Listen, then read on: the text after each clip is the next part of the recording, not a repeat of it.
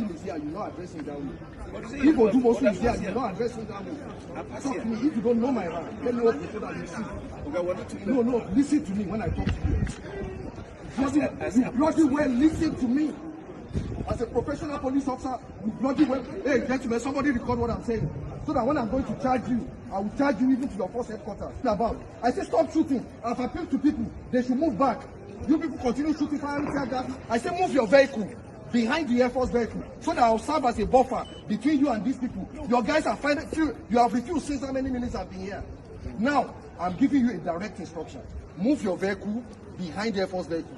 The Air Force is going to serve as a buffer between you and them. Now go ahead and do that and let me be able to talk to these people. I say please go and do what I have said. And warn your people, I don't want a single shot. I don't want a single tear gas. I don't want a single shot or a single tear gas.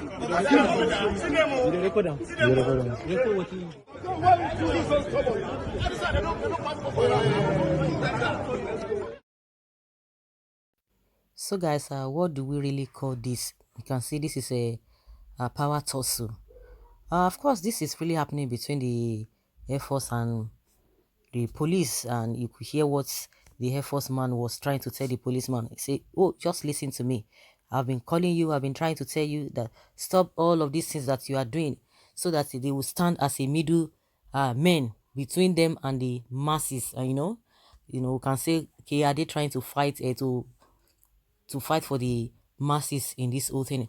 And what really came to mind is that this battle, for where many Nigerians, this is really a battle between the people, the masses, and the government, and those who are in government across board, whether they are APC, they are PDP, whether they are from the south or north, all the so-called leaders, they are on the same page. They are on the same page, and people have been saying once they want to share money, they don't remember religion, they don't remember their ethnicity, they don't remember anything. But once they don't begin to get what they want among themselves, when they begin to fight themselves, they now begin to come and tell you, oh, we are being marginalized. And this marginalization is not the marginalization of it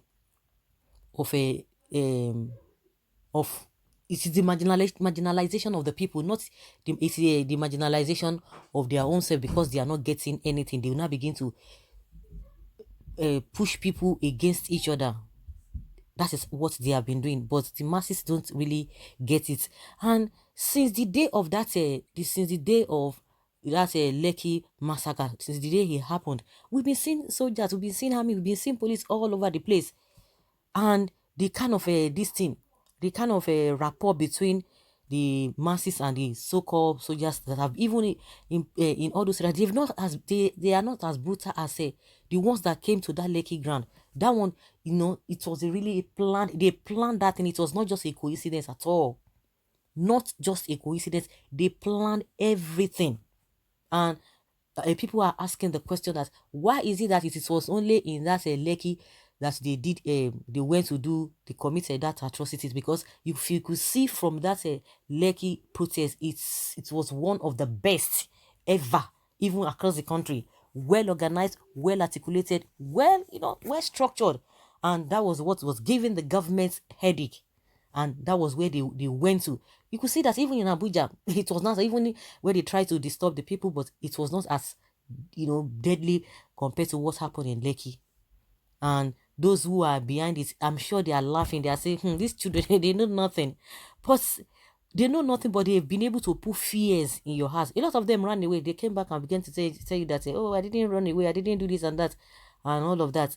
But they believe in their Ike, whatever. Yes, you might think you have already disrupted the protest, that they will not be able to do anything. But in your power, it will fail. Because unless you are doing the right thing, which we know is clear, even the devil knows that you are not doing the right thing. See the way the country is.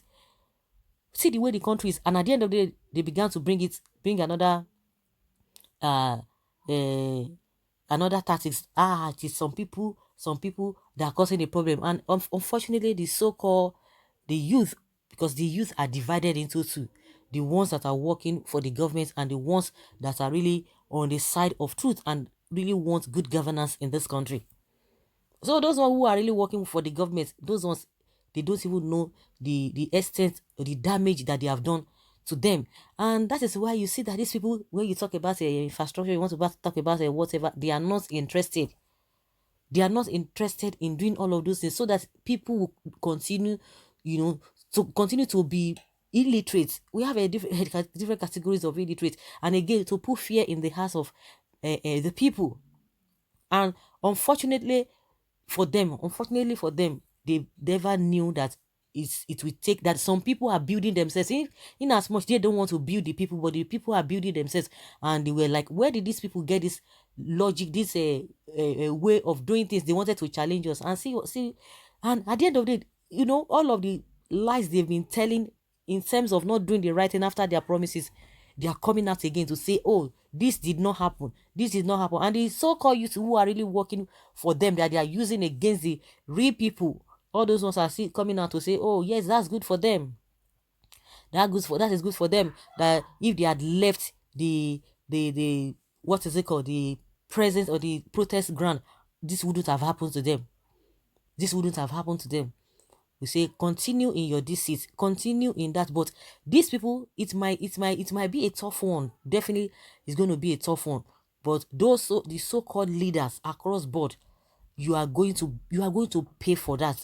Some of them have started begging.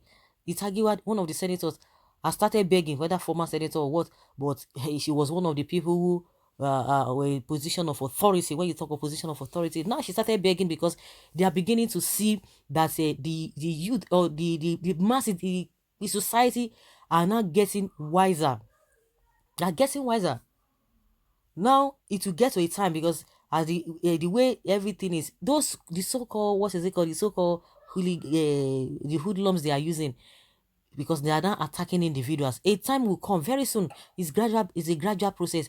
A time will come, they will be going for the politicians, not even the masses themselves, because the whole thing is that it's just for them to be able to blame the so-called NSAS protesters, so that they will say, oh, they are the ones that caused this, they are the ones that caused it. And meanwhile, we know the problems we have on ground. We know the problems, but they are just trying to deceive the people. But see what is happening now. I don't know whether they've suddenly changed. You can see the police and the Air Force. I don't know whose side they belong to, but of course, from the accounts of the Air Force man, it say, oh, stop doing this to the people, don't do this to the people, I've told you, and all of that. You want to continue. And just like I said, it's just the power tussle. Which side do they belong to? So guys, let's hear your opinion. Leave your comment below and let's have your take on this.